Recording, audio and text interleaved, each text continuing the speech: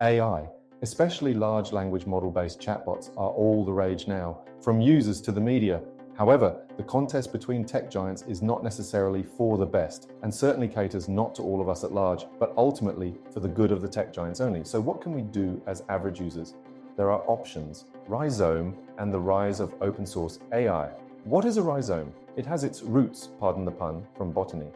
The rhizome, in a philosophical approach, was rooted by French philosophers Gilles Deleuze and Pierre-Félix Guattari in their book A Thousand Plateaus, to describe a non-linear network that connects any point to any other point.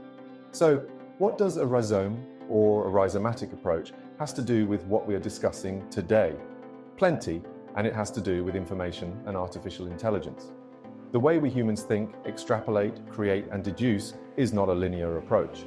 We would epitomize the rhizomatic approach to thinking. AI, or the loftier goal of moving towards artificial general intelligence, or AGI, of being capable of learning or comprehending anything a human can, would be closer to rhizomatic approach. The company Nomic calls itself the world's first information cartography company, which will create rhizomatic instruments. The company was founded by two smart engineers, Andrei Mulya, CTO, and Brandon Duderstadt, CEO. Their first amazing product was Atlas, which can help map data in a web browser, GPT for all of us. But the gem I'm exploring is GPT for all, which works like the more famous AI LLM out there. Except that Nomic's GPT for all is free to use and open source, and runs on a local computer without the need for the internet or a powerful GPU. Given the risks and worries about using cloud-hosted AI LLMs, which may inadvertently leak our proprietary information either through our own doing by using such tools, or some other known or unknown challenges, something like GPT-4, all is a godsend, especially to empower the individual and smaller organizations. I applaud this and all other similar efforts to fly against big tech. I had a brief test of GPT-4 all, and I must say, the version 2 of this tool is amazingly simple, doing away with any command line interface or configuration. First, go to GPT-4all.io and download the desktop client for Windows, Mac, or Linux. I use the Mac, and so I simply click on the installer and install it to my applications folder, even for commercial use. Next, you have various models to choose from. The great thing about GPT-4all is that some of the models are licensed for commercial use, and so small businesses and researchers can use this without any worry.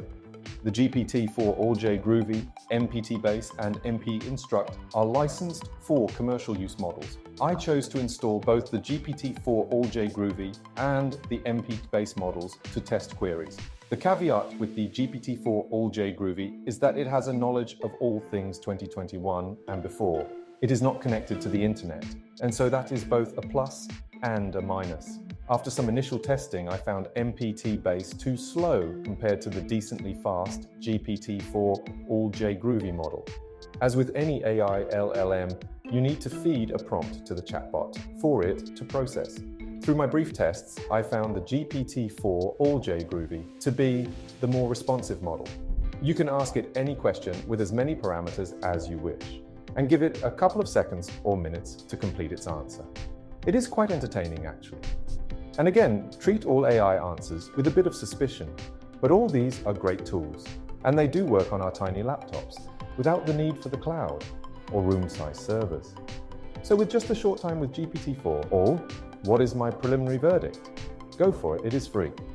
It is simple to learn, it is simple to use, and you can even use it for commercial purposes without fear of losing your data to others. It is at the very least a good starting ground for getting our feet wet with AI and LLM